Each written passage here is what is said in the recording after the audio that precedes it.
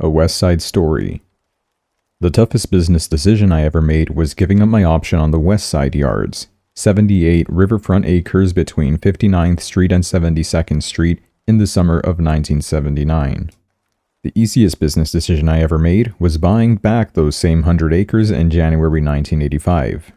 I have a tendency to get very enthusiastic about any deal I make, but I suspect few people would argue that those 100 acres represent the single best underdeveloped piece of property in America today. It has been reported that I paid $95 million for the West Side Yards, or about $1 million an acre, which is not far from the correct figure. Taking the time value of money into account, I paid less to purchase the site in 1985 than I would have if I had exercised my option to buy them in 1979. During the intervening years, the price of most Manhattan real estate increased as much as 5 times. Even before I put up a single building, I'm certain I could sell the property at a very substantial profit, and I've turned down numerous offers already. Consider just one comparison. Very shortly after I bought the West Side Yards, another group of developers paid approximately $500 million for the Columbus Circle Coliseum site, a tiny property by comparison, and just 4 blocks away. I got the yards at a great price because a bank was foreclosing on a desperate seller, because I made the deal before the property was offered for sale on the open market, and because I was one of the few developers both willing and able to pay millions of dollars a year in carrying costs for as long as it took to get the yards developed. Securing the option to purchase the West Side Yards from the Penn Central Railroad back in 1974 was the first major deal I made in Manhattan. At the time, as I've said, the city was on the verge of bankruptcy, and the West Side was hardly considered a great place. But I had a simple conviction. I couldn't go very wrong buying spectacular riverfront property in the middle of Manhattan at a bargain basement price.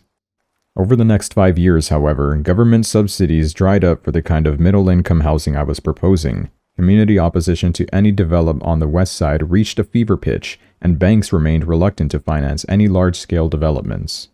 Perhaps most important, I was launching other projects, among them the Commodore Hyatt, Trump Tower, and my first Atlantic City casino.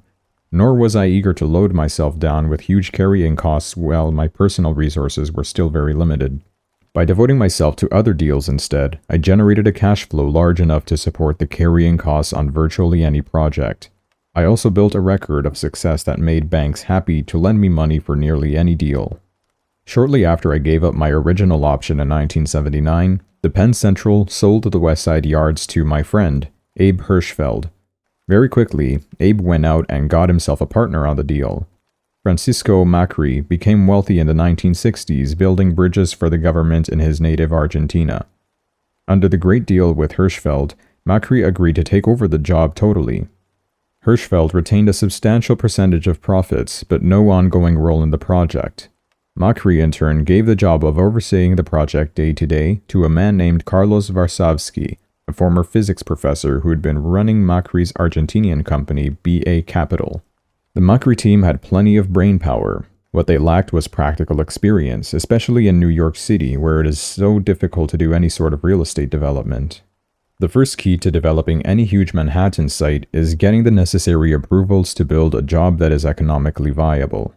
Rezoning is a complex, highly political, and very time-consuming process that ultimately involves a dozen city and state agencies, as well as local community groups and politicians. Macri finally did manage to get a zoning for the project he named Lincoln West, but in the process he made far too many concessions to the city. Being forced to sell out may have been the best thing that ever happened to him. If Macri had ever tried to build the project under the terms to which he'd agreed, he would have lost hundreds of millions of dollars. It was sad in a way because Franco Macri is a wonderful and well-meaning man, but he made a critical misjudgment from the start.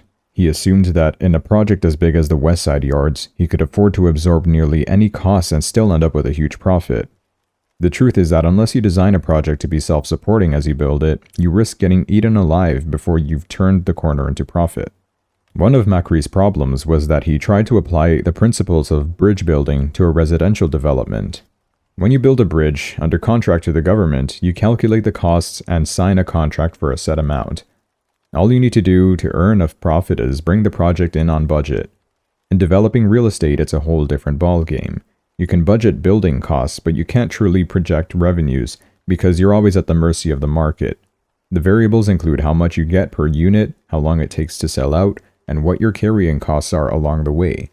The less you commit to spend up front, the less you're at risk later. Instead, Macri spent 3 years mostly in the business of giveaways. The city, eager to get all it could in return for approving the project, asked Macri for concession after concession. Macri began by agreeing to provide $30 million to refurbish the 72nd Street subway station nearest to the project, even though the project renovation amounted to little more than widening a single platform by 4 feet. For $30 million, you ought to be able to totally rebuild a station. Next, Macri threw in a $5 million pledge for a railroad flat car operation in the South Bronx to replace the one he'd be eliminating in the West Side yards. Then he promised to chip in $30 million for a public park within his development. Later he agreed to build a new public through street connecting with the existing city grid, a job that would have surely cost tens of millions of dollars. When Con Edison asked Macri to underwrite the cost of rebuilding a smokestack the company owned on the site, he even agreed to that. This I found particularly preposterous. Con Edison already gets one of the highest utility rates in the country. When I met Macri, I asked him why he agreed to do anything for Con Ed. Wasn't it enough, I asked, that over the years he was going to be buying billions of dollars worth of electricity from them? They told me they were going to oppose my project, Macri explained.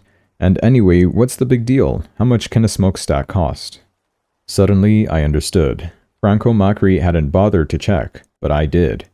To put a needle 500 feet into the air, it turns out, it costs nearly as much as putting up a building. It could run to $30 or even $40 million, I told Macri. He still didn't seem fazed.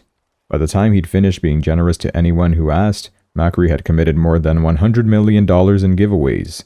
Worse yet, he'd agreed to pay in full for much of it before he'd erected any buildings, much less sold a single apartment.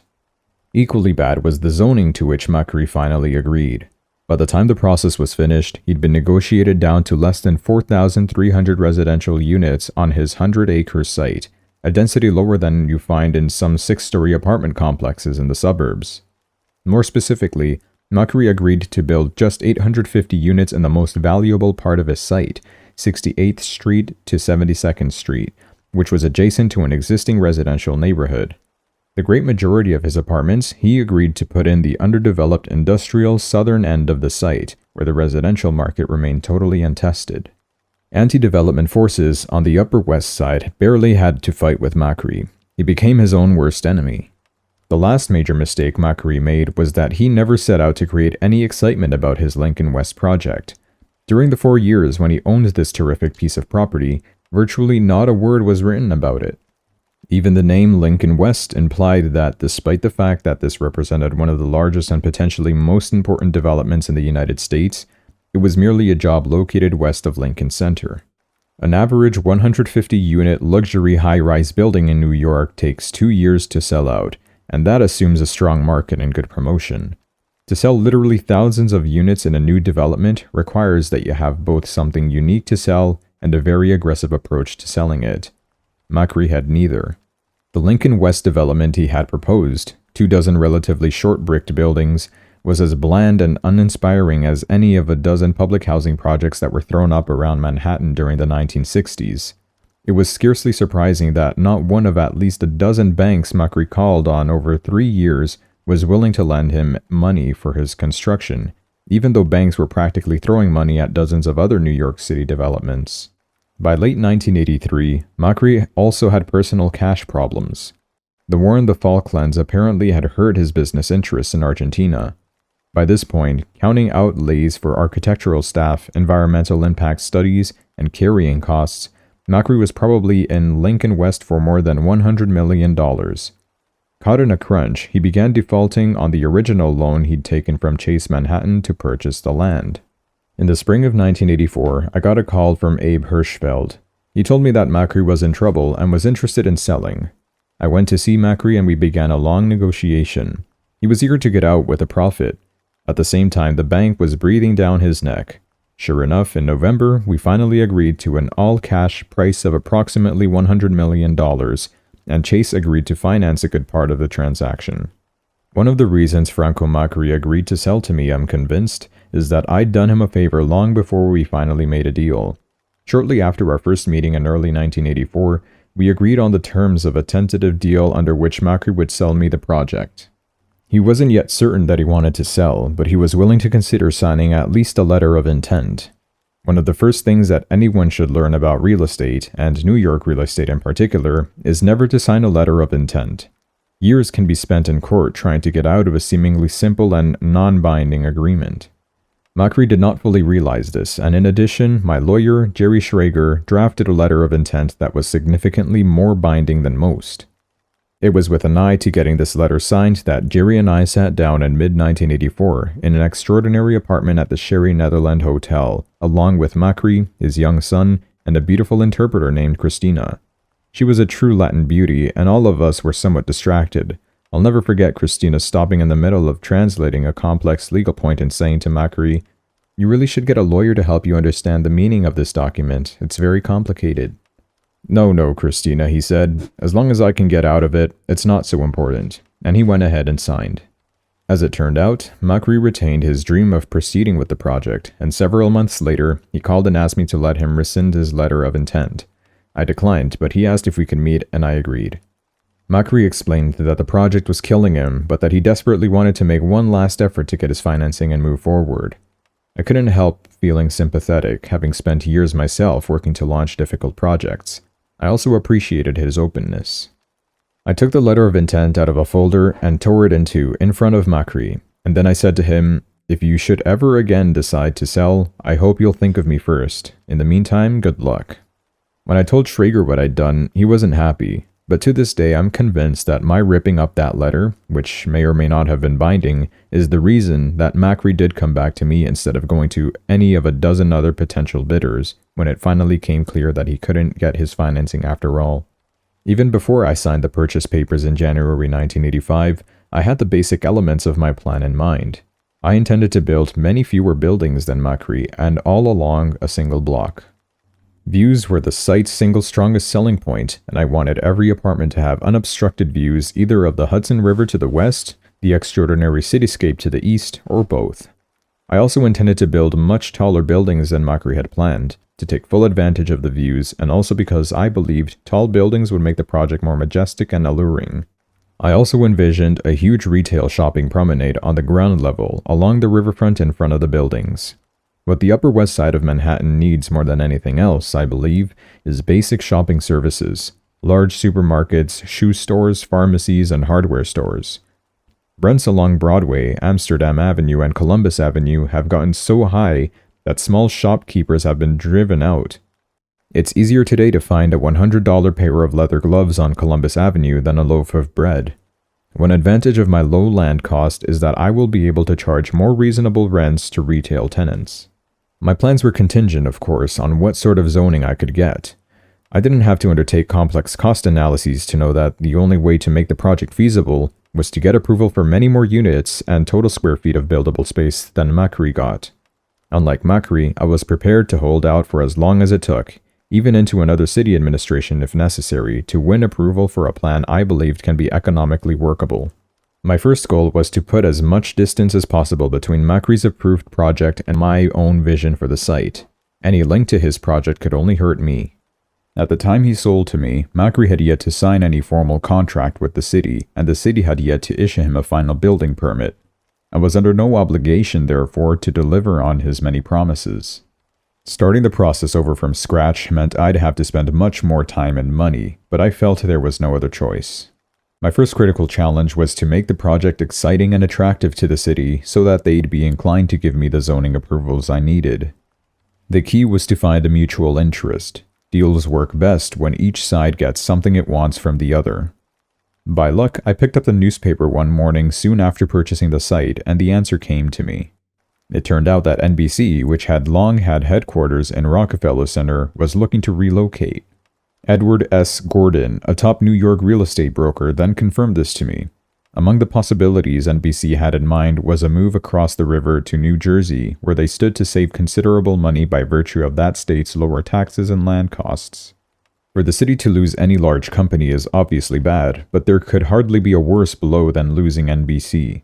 Pure economics are part of the issue. The city's economic development agency has estimated that if NBC moves, it will cost New York some 4,000 jobs and perhaps $500 million a year in revenues.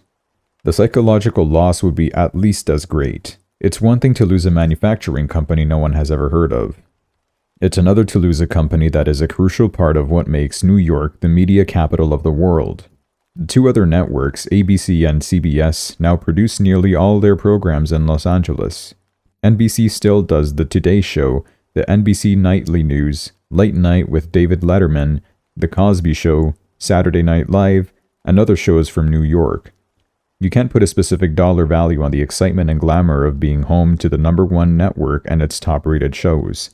It's like trying to assess what New York would be like without the Empire State Building or the Statue of Liberty. With the West Side Yards, I had something to offer NBC that no other New York developer could possibly match. Enough space to build huge single-story studios in the style of Hollywood backlots. NBC was making do at Rockefeller Center with a cramped 1.2 million square feet of space.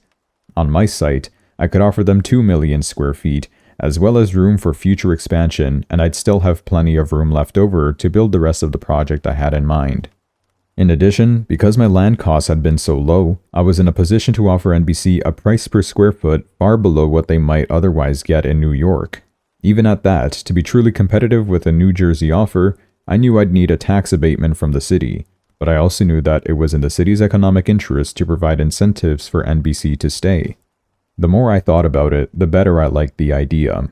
Even if NBC ultimately decided not to move to my site, it was still a perfect place to build television and motion picture studios. With or without NBC, I felt studios would be a good high-profile business. Before I got a commitment from the network, I decided to design my project around the studio concept. The first step was the name, Television City. My second challenge was to find a way to immediately capture the public imagination with my project. The more awareness and excitement I could create early on, the easier it was going to be to attract buyers down the line. A lot of developers build first and promote later, if at all. The world's tallest building was a project I'd considered undertaking even before I purchased the West Side Yards. I've always loved very tall buildings. I remember coming in from Brooklyn as a kid with my father and pleading with him to take us to see the Empire State Building, which at the same time was the world's tallest building. But then, Chicago built the Sears Tower and took away the title. I love the challenge of bringing the world's tallest building back to New York, where I felt it really belonged. In any way, I saw the buildings as a loss leader. When you build any structure higher than about 50 stories, the construction costs escalate geometrically. If maximum profit is your sole motive, you're far better off putting up 3 50-story towers than one 150-story skyscraper. On the other hand, I felt the building would ultimately pay for itself as a tourist attraction and an overall lure. After all, how many millions of tourists have come, as I once did, to see the Empire State Building? The next challenge was to find an architect who was as enthusiastic as I was about making such a building the centerpiece of this project. In the end, I interviewed only 2 architects. The first was Richard Mayer, who represents the epitome of the New York architectural establishment. Critics adore Mayer, and he has a big following. But what I discovered very quickly is that Mayer is not the sort of guy who jumps in with great energy and enthusiasm. He prefers to spend time pondering and analyzing and theorizing. For weeks, I waited for him to bring me a scale model of a plan or at least some preliminary drawings. Nothing came. In the meantime, I also met with Helmut Jahn. I liked him for very different reasons than I liked Mayer. Jahn was an outsider, German-born, Chicago-based, and no way part of the New York architectural establishment.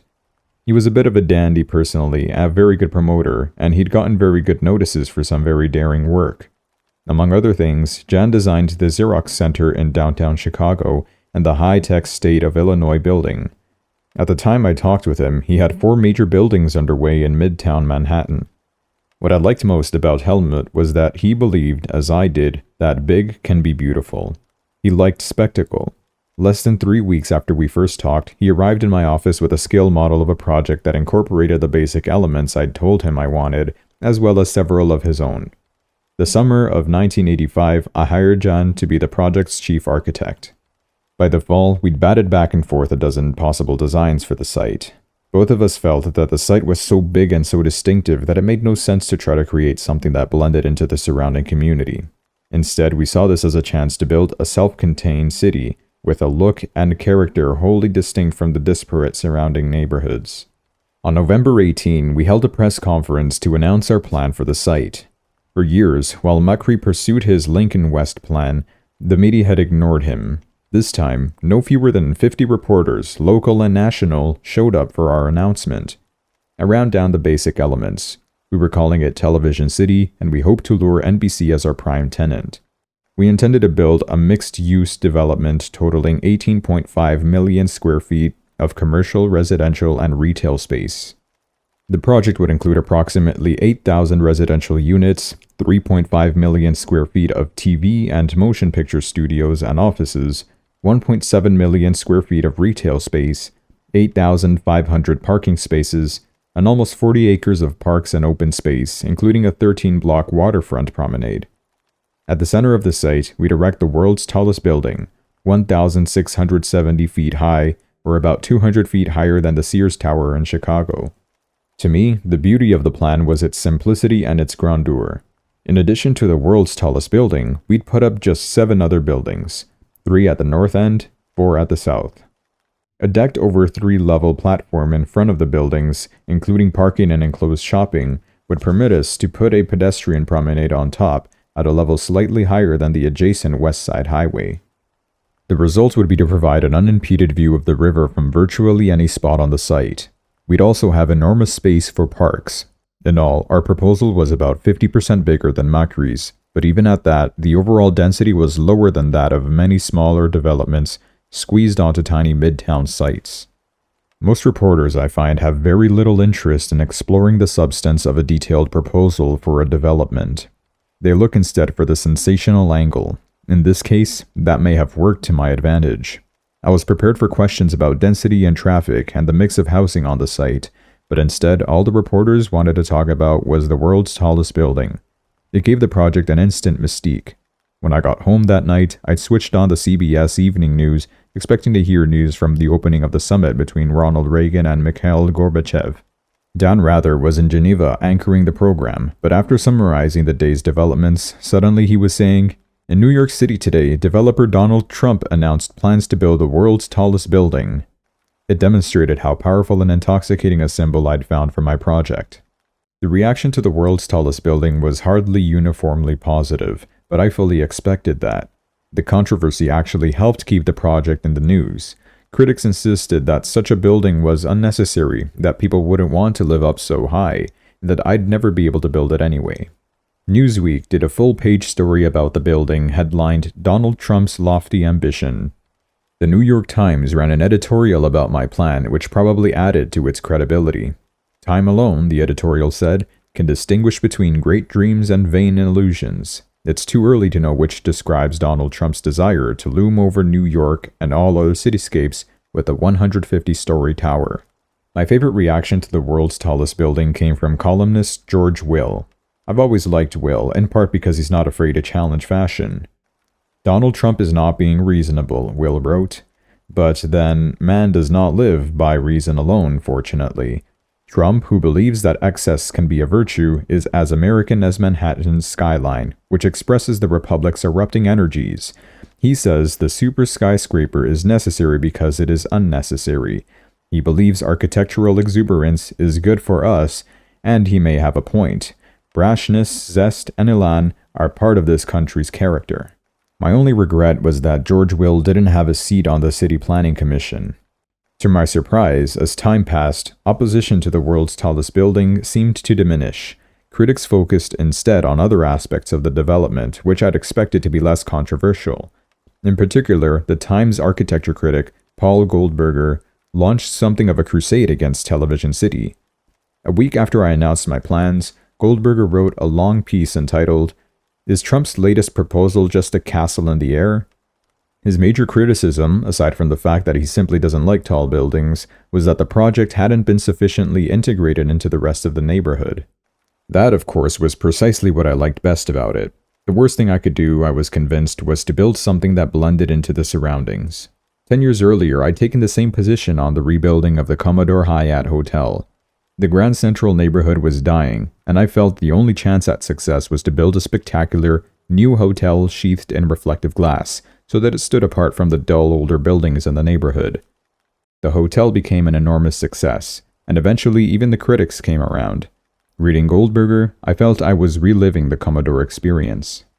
I felt certain I'd get far better reviews from Paul Goldberger and certain other critics simply by cutting my buildings in half and making them look more like the better-known pre-war buildings on the west side. The problem was that my project would no longer be majestic or distinctive, and it wouldn't sell. It irritates me that critics who've never designed nor built anything themselves are given carte blanche to express their views in the pages of major publications, whereas the targets of their criticism are almost never offered space to respond. Of course, I can be irritated all I want and it won't do any good. So long as critic writes for a newspaper like the New York Times, his opinion will continue to carry great weight, whether I like it or not. By the spring of 1986, the project we'd proposed was at something of a standstill with city planning. Much of the explanation was that city government itself had become almost completely paralyzed under the mayoral administration of Ed Koch.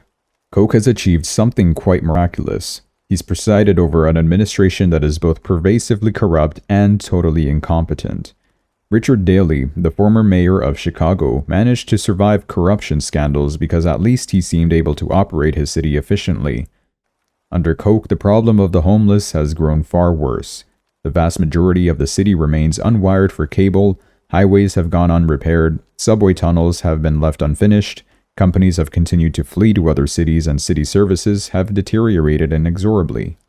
Meanwhile, no fewer than a dozen Koch appointees and cohorts have been indicted on charges of bribery, perjury, and accepting kickbacks, or have been forced to resign in disgrace after admitting various ethical transgressions. The criminally indicted include Jay Turoff, the former head of the Taxi and Limousine Commission, John McLaughlin, the hospital's chief, and Anthony Amoruso, the former transportation commissioner. Victor Botnick, one of Koch's closest personal advisors, quit after it was revealed that he'd lied about his educational background and had taken numerous unnecessary trips under the pretext of doing city business.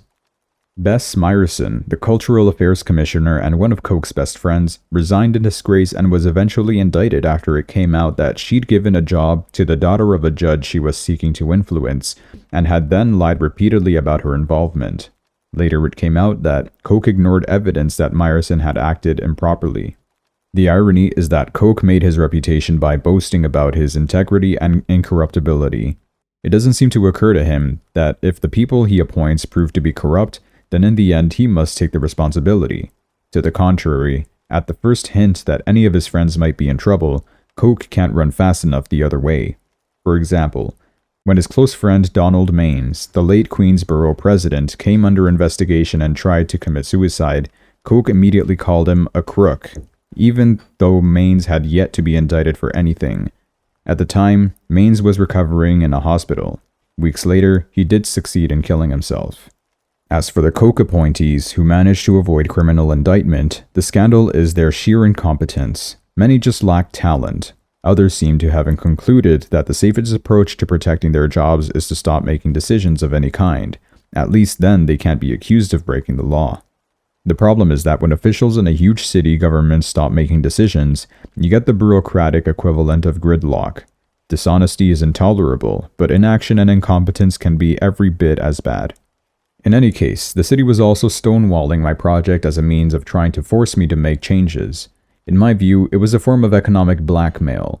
So long as I resisted their ideas, they held up my approvals and my costs mounted. Specifically, city planning wanted me to provide more direct access to the waterfront, add more east-to-west streets connecting the project to the existing city's street grid, and move the world's tallest building south, away from the existing residential neighborhoods. I disagreed with their suggestions, but I also recognize that zoning is always a matter of negotiation. As hard as I push, in the end, I'm practical. If it took making some compromises to get the project moving forward and the result didn't undermine the project's economic viability, I was prepared to make the changes. In March, I decided to move the location of the world's tallest building south to 63rd Street. The people at city planning were immediately more enthusiastic. Around the same time, the New York Times had made public an environmental impact study of the site. Some of its conclusions I felt would ultimately help my cause. I'd always believed that any concerns about density were unwarranted. In truth, the west side of Manhattan is relatively underpopulated. According to the census, the area declined in population from 245,000 in 1960 to 204,000 in 1980. Only 3,100 new apartments went up in the neighborhood between 1980 and 1984. Adding several thousand more hardly represents the development run amok. The study also pointed out several benefits that would come from the project. For example, the study predicted that the West Side would gain businesses worth at least $500 million a year from new residents, as well as tens of thousands of jobs, both during construction and permanently on the site. Providing jobs, in my view, is a far more constructive solution to unemployment than creating welfare programs. Finally, the study found that any added vehicular congestion in the area, a major concern among some critics, could be eased by improvements in local subways and the addition of a jitney service, which I'd already proposed. Even after moving the location of the world's tallest building, I began to believe that I might also have to make a change in architects. I liked the fact that Helmut Jahn was an outsider, but I think it hurt us with the people at city planning. No one at the commission ever seemed quite comfortable with Helmut. It was never anything more specific than that, but in the end, I felt that it was enough. If the project was going to move forward, there had to be some spirit of cooperation. Reluctantly, I decided to make a change. A lot of people were surprised that I chose Alex Cooper. Even more than Richard Meyer, Cooper was Jan's antithesis. Legendarily civic-minded, he'd built his reputation as an urban planner, served 5 years on the City Planning Commission, and helped write the rules of the planning process I was now going through. Along with his partner at the time, Stanton Extut, Cooper had just finished work on this master plan for a development at the southern tip of Manhattan called Battery Park. The critics loved it, calling it a classic example of enlightened urban architecture. I wasn't a total fan of the Battery Park project myself.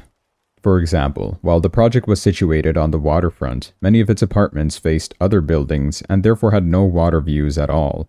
In addition, I felt that a number of the buildings were totally undistinguished architecturally. However, Cooper's contributions to the master plan, the placement of streets, parks, and other amenities, I did like, and I felt he could bring some of those ideas to our site. I had first interviewed Cooper in October 1985, shortly before going public with the Helmut Jahn plan for the site. There were already indications that the city might have problems with the way we designed our open space, and I was interested in hiring Cooper to work with John just on that. Working together didn't appeal to either of them, however, so I put the idea on the back burner.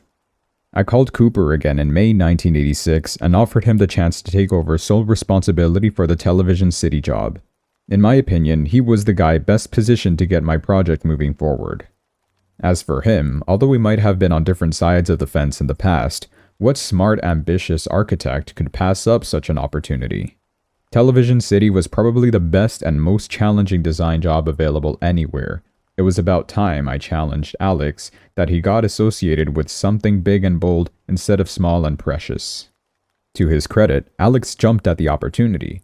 "My God," he told a reporter, "it's 3/4 of a mile of Hudson frontage, so you don't lightly just walk away." We had our differences, but I quickly discovered that Alex had far grander instincts than many people realized, and we got along better professionally than most people assumed we would. Alex added more streets and pedestrian walkways, providing direct access through the project to the waterfront. He designed parks that were easily reached by anyone coming from outside. We agreed to increase the number of buildings and to make each one a little smaller. In front of the taller buildings, Alex added townhouses as a way of varying the scale. What Alex didn't do was substantially reduce the amount of overall square footage below what I believed was necessary to ensure the project's economic viability. Still, his changes plainly had impact. Suddenly, we started getting more positive feedback from city planning. When we unveiled the plan publicly on October 23, 1986, even our toughest critics were more enthusiastic than they'd been about the original plan. The head of the local community board, John Cowell, still objected to the skyscraper, but he described Alex's new approach as a brilliant answer to Trump's desires and a far better plan. Cooper himself, who'd been skeptical of the size of the project at first, grew more enthusiastic as he got more involved in the design. In April 1987, he told the New York Times, "I hope that the project can be dealt with on its merits." The problem is that the anti-development spirit in the city is very, very strong right now. What we are trying to do at Television City is different. There is room by the river, and we are providing a level of public amenity that makes this immense size justifiable. Parks, waterfront, promenades, and so forth. The world's tallest building demands an extraordinary situation, but if there is any place that such a skyscraper makes sense, it's here. I couldn't have said it better myself. As for attracting NBC to the site, I felt our cause got a boost when General Electric purchased RCA, owner of NBC, in mid-1986. I knew Jack Welch Jr., the chairman of GE, and he struck me as a brilliant big thinker who would immediately see the advantage of locating NBC on a site like Television City. Welch went on to name Bob Wright, one of his top GE executives, to head NBC, and I got the same feeling about Wright. They're exceptional men, even if they don't choose my site. At the time GE took over, NBC had been actively considering no less than 4 New York City sites, in addition to the one in New Jersey. In January 1987, NBC announced that aside from the possibility of remaining at Rockefeller Center, they'd narrowed their choice to just 2 sites. Ours, and the Marshland, owned by Hartz Mountain Industries in Secaucus, New Jersey. Eliminated from the competition were 3 other New York City sites. The result was to make the issue very simple. Either NBC came to my site, or they moved to New Jersey. The city had already announced a willingness to offer NBC tax concessions, mostly in the form of property tax abatements, as an inducement for the network to remain in New York. The question now was whether they'd offer a package competitive with New Jersey's proposal. Incredibly, the city seemed content to sit back and do nothing. I say incredible because in early 1987, Mobil Oil, one of the largest corporations in the world, announced that it was abandoning New York and moving to Virginia. A short time later, JCPenney, another huge employer, revealed that it too was leaving and taking along many thousands of jobs. You'd think the city, faced with a yet third big company threatening to leave, would spring to action, not under Ed Koch, however. In late February 1987, the Daily News ran an editorial that I thought captured the dilemma perfectly. After suggesting that the loss of NBC would be a major blow to the city, an enormous loss of jobs, revenues, and prestige, the editorial addressed the significance of my site. Television City is far from certainty, it said. The project must work its way through the city approval process where anything from bureaucratic inertia to political cowardice can kill it. That's not a case for city halls blindly accepting Trump's plan in toto, but it is an argument for swiftness and efficiency in making crucial yes or no decisions. The goal of city policy must be to keep NBC home. The worst possible result would be to lose it to cowardice. In my view, that's precisely what's happening. Early in May 1987, I went to the city with a proposal for a tax abatement program that would make it possible for me to offer NBC a deal competitive with New Jersey's. Alair Townsend, the city's head of economic development, had said herself that, without abatement, NBC stood to save up to $2 billion over a 20-year period by moving to New Jersey. I suggested a deal under which I'd build NBC's headquarters myself, at a cost of between $300 million and $400 million.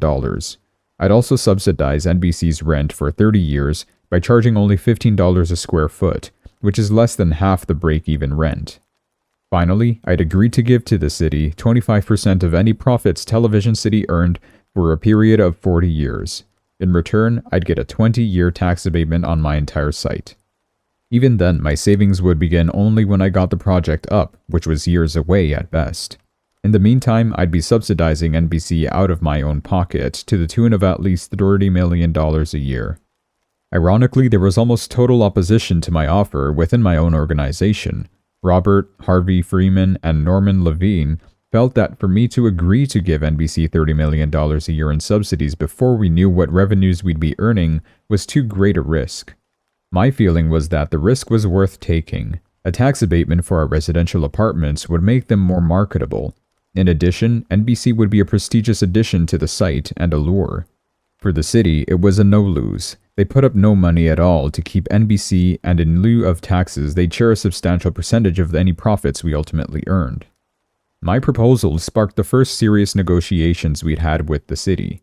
Ed Koch didn't participate, but the city officials under him seemed receptive to the general structure of the plan.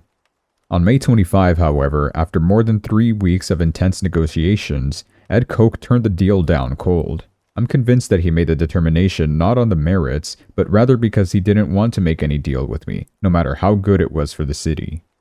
The next day, I wrote Koch a letter that I'd held off writing for more than a year. Dear Ed, it said, Your attitude on keeping NBC in New York City is unbelievable and, I predict, will lead to NBC leaving the city, as so many other major companies have for New Jersey. I again ran down the benefits of keeping the network and ended by saying, I'm tired of sitting back quietly and watching New Jersey and other states drain the lifeblood out of New York. Koch replied exactly the way I expected him to. He refused to respond to my specific points, and he tried to turn the issue into a personal contest of wills. Koch, the great protector, against Trump, the greedy developer. For months, he'd been looking for a way to get back at me for embarrassing him by building Wollman Ring so quickly and efficiently.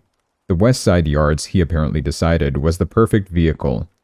When I came back with yet another suggestion for saving NBC, selling 9 acres of my site at below my cost directly to the city, Koch rejected it without so much as a discussion. I can't say I was surprised when the New York Times came out against my plan. The writer of the editorial was longtime Koch ally Herb Sturz. Until joining the Times editorial board only a few weeks earlier, Sturz had been head of the City Planning Commission with specific responsibility for Television City. In my view, letting Herb Sturz write editorials about New York City is analogous to permitting Caspar Weinberger to write editorials about Reagan's military policy. I did get strong editorial support, however, from the Daily News. The mayor is correct in saying there are limits to how much the city can give NBC, the news wrote, but that's no excuse for inaction. Koch should personally bring together the decision makers from NBC, Rockefeller Center, and Trump's outfit. He should lay out a strong plan and knock heads if that's what it takes. Instead, Koch offered NBC a half-assed, watered-down tax abatement proposal, which he said they could apply at any Manhattan site they chose. He even offered a little free advice about some of the news sites they might consider. Free advice, of course, tends to be worth what you pay for it. No sooner did Koch make his suggestion than an NBC spokesman said the network wasn't interested in considering more sites. In the meantime, the executives at Hartz Mountain Industries weren't sitting idly by. Recognizing an opportunity to force NBC's hand, they announced on June 1st that the network had 30 days to accept the terms that they were offering and which New York was no longer willing to match.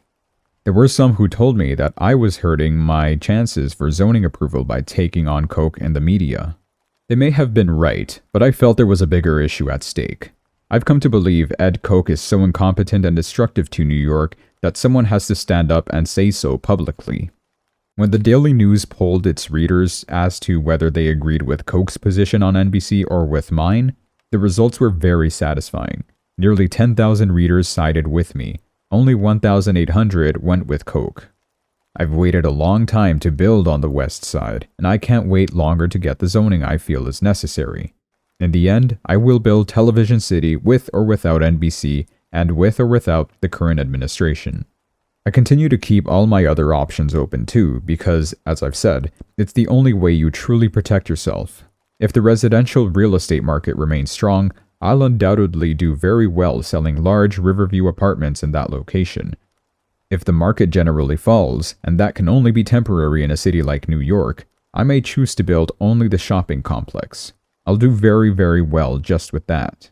My time and Television Cities will come. I'm lucky that I can afford to wait, because that way I'll be able to do it right.